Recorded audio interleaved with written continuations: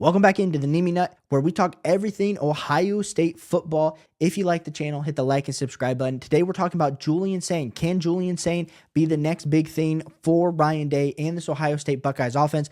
I think so. If we're looking at the lineage of quarterbacks that Ryan Day has been able to bring into the program, whether we're talking him inheriting JT Barrett to Dwayne Haskins, to Justin Fields, CJ Stroud, Kyle McCord down year, 5-star. We had a lot of hope. It didn't really happen. To last year, bringing in Will Howard. Ryan Day bats more than 50% most of the time. We're talking insane numbers. If you're a quarterback, you want to come to Ohio State. We're getting the recruits. We're getting elite level talent. We're getting people wanting to transfer in. That tells you all you need to know about Ryan Day as a quarterback developer and the position that he's put on the field. But when we're talking about Julian Sayin, we really got lucky when Nick Saban selected and wanted Julian Sayin as his 2024 recruiting class quarterback until Nick Saban retired. And then we got lucky. We got lucky, ladies and gentlemen, because we did have Aaron Noland, but being able to bring in Julian Sayin with Bill O'Brien, that connection on top of Ryan Day was awesome. Shout out to Bill O'Brien. He was here for 2 weeks, but he brought in Julian Sayin for us. Now we're heading into 2025, and we're looking at a quarterback room of Julian Sayin, of Tavian St. Clair, and of Lincoln Kienholz. And when we're really thinking about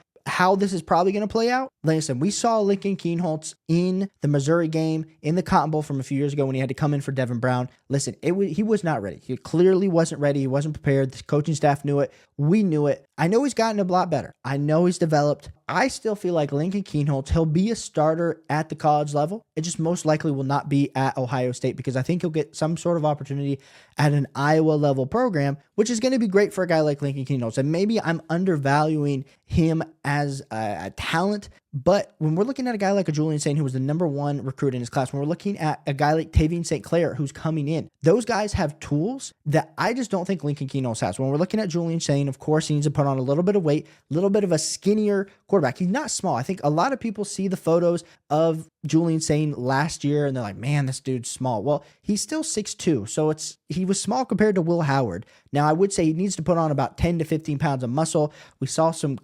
concerns both in the spring game and in the playoff game versus Tennessee, where the balls that he was throwing maybe didn't have the same sort of the arm strength that we would like to see. But I assume another offseason in the weight room with Mickey Marotti is all it's going to take for Julian Sayin to really get things rolling, really get things humming in his body. Listen, I love me some Tavian St. Clair. Bellefontaine, Ohio. I'm from Troy, Ohio, so a little bit away, but Tavian St. Clair, I think it's going to be a pretty big jump from his level of high school football to Ohio State. And I think Tavian St. Clair, the ability for us to probably have Julian Sayin start for 2 years and then go to Tavian St. Clair is going to be absolutely crazy. I hope Tavian St. Clair can be patient enough. I hope we give him the NIL money to make him want to stay on the Ohio State Buckeyes. But Julian Sayin, I think, is going to be the future. And we look at the overall situation that he walks himself into. We have wide receivers galore. We still have Jeremiah Smith, Brandon Inniss, Carnell Tate, and Mylan Graham, which arguably, if Brandon Inniss steps up and we see Jeremiah Smith take that next step, Carnell Tate take that next step,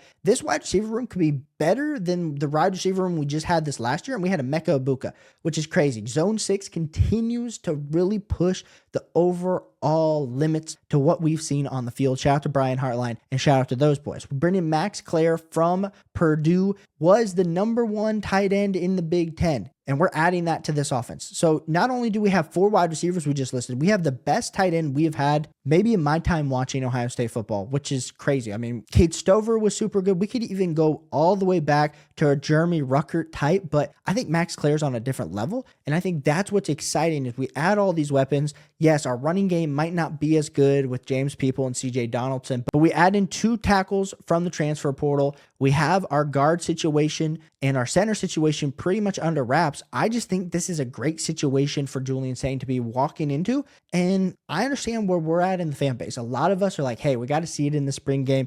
We got to see Julian Sayin absolutely sling it. But the thing that we do know about Julian Sayin is he's a great processor, and coming in as a freshman, being able to overtake Lincoln Kienholz, being able to overtake his freshman counterpart, Aaron Noland, to be the QB3 on the roster pretty much the whole season tells me all I need to know about how Ryan Day is evaluating Julian Sayin. And Ryan Day doesn't just do that. If we were going to be super concerned about Julian Sayin in this Ohio State team, Ryan Day would have gone out and got a transfer portal quarterback. He would have put out the bat signal, and we would have had a starting level quarterback come in the transfer portal. Now, that could still happen. We still have the spring window that's going to be coming out in the spring, and that's going to be something that we still need to be evaluating. We still need to be kind of paying attention to, because if Julian Sayin struggles, there's still going to be an out. There's going to be a really high level caliber quarterback at a lower quality school that will be interested if Ryan Day puts his feelers out there. So I am not concerned. I still believe 100% in Julian Sayin. I think Julian Sayin is our quarterback for 2025 and arguably for 2026. We'll have to see what happens. But as much as I think there's not a lot of for sure things in that quarterback room, I think Julian Sayin, I'm excited to see the upside. If you like Buckeye talk, if you like Buckeye football, hit that like and subscribe button, as we're going to be putting out more Buckeye content to come. Appreciate all y'all for tuning into the channel, and I'll see you on the next one. Peace.